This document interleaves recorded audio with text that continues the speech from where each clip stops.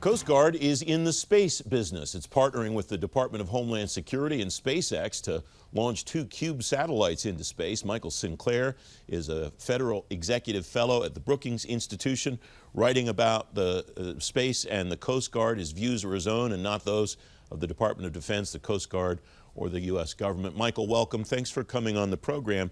You write in this piece, and this is what attracted my attention, it's fair to say that outer space and the Coast Guard are 2 terms on their face that don't seem to have much in common. What do they have in common, Michael? Good morning, Francis. First, let me say thank you very much for having me today on this Veterans Day. I really appreciate you being here and the interest in the article that you wrote. To answer your question, most people don't have a really good understanding of the scope of responsibility that the Coast Guard has. They would be shocked to learn that the Coast Guard is actually an international organization, and along with the great responsibilities it has here at home in the United States. So to think of the Coast Guard and space is one step beyond, one step farther than most people think about the role of the Coast Guard. But in fact, the Coast Guard has a long history of relying on space-based technologies to help execute its missions.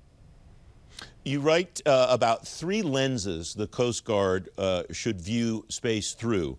The first of those, and you pose these as rhetorical questions, I'll direct them to you.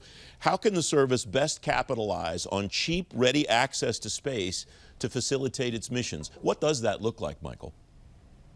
Well, so the Coast Guard has 11 statutory missions. It's got a broad scope of responsibility, and it covers basically the entire gambit of maritime governance. It doesn't really much matter what you're talking about. If you're talking about something that occurs aboard a vessel in which the United States can exert jurisdiction, or waters in which the United States can exert jurisdiction, the Coast Guard has a responsibility for executing it.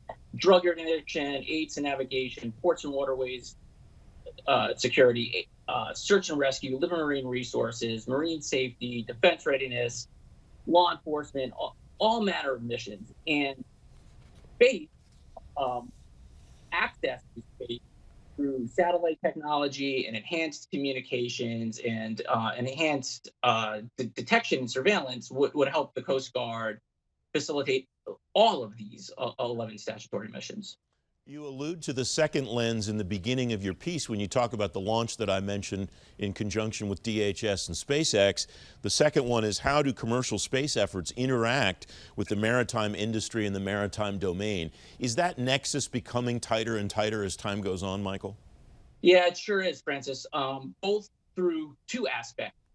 Through how the broader maritime industry uses space for things like automated identification systems and GPS, how they rely on that for scheduling and delivering goods to the intersection of commercial space and the maritime. SpaceX, for example, does a lot of activity in the maritime. They launch and recover their rockets from the maritime. They launch and they recover pieces of their rocket using ships with big nets. So there's an increasing interaction between commercial space and the maritime that is only going to further increase as more commercial space gets underway.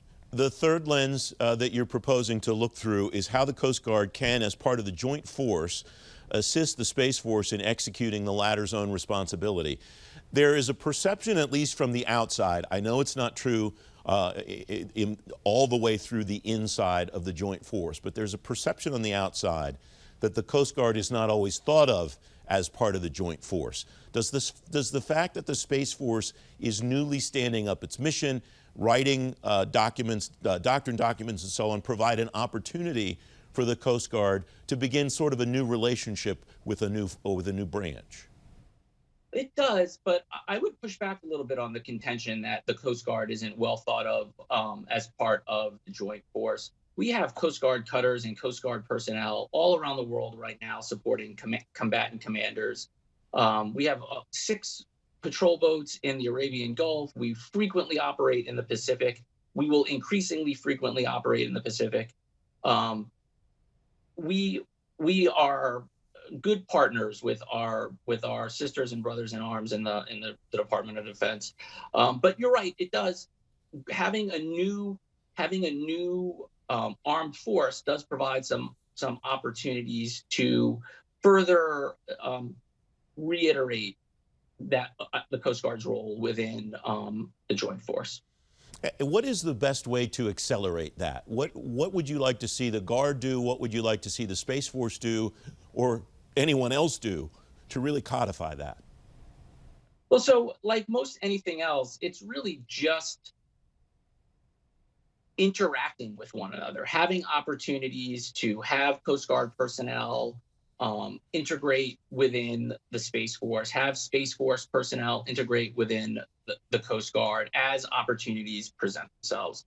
Specifically, what's really interesting is we're a federal government of express authority. We generally can't do something unless Congress authorizes us to do it and provides appropriation to do it. And there's a whole world of work in space that we don't have statutory authority to undertake yet.